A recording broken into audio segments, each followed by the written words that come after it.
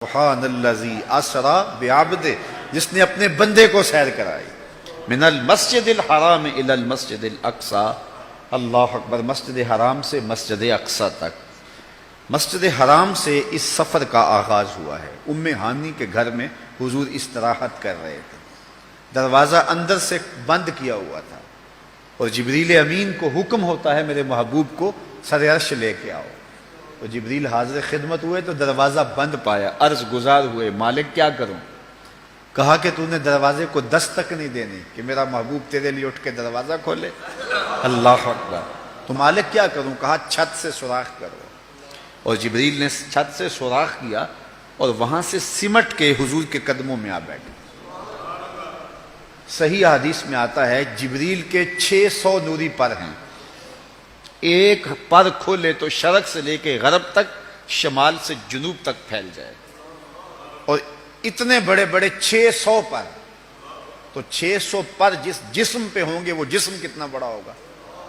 معراج کی شب چھوٹے سے سوراخ سے آیا، دنیا کو بتایا کہ محبوبوں کے در پہ آئیں تو بڑے ہو کے نہیں چھوٹے ہو کے آیا کرتے۔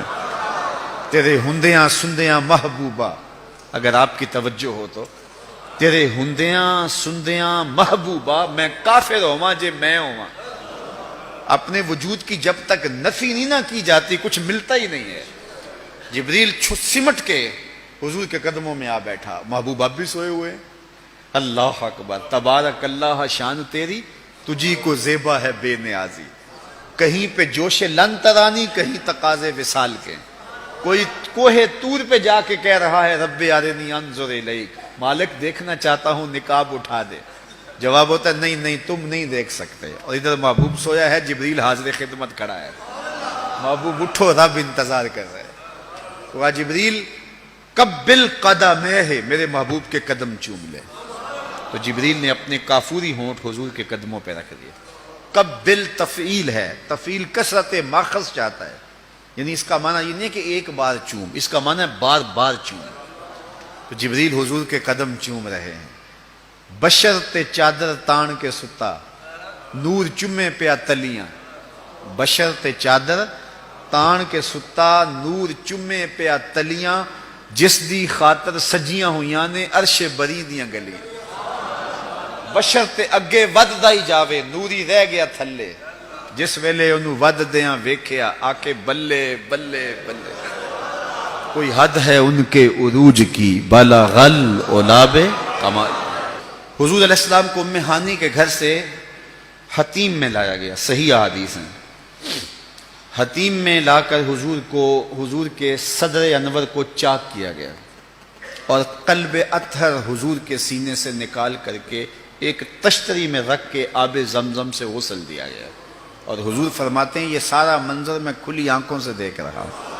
حضرت امام بدر الدین عینی علیہ رحمہ عمدۃ القاری شرح صحیح بخاری کے اندر لکھتے ہیں کہ جو ہی حضور کے قلب اطہر کو دیکھا تو جبریل اش اش کر اٹھے، اور انہوں نے لفظ کیا کہے، قلب وقیع فیہ عینان تبصران و اذنان تسمعان، واہ واہ کیسا دل ہے جس میں دو آنکھیں ہیں جو دیکھتی ہیں، دو کان ہیں جو سنتے ہیں۔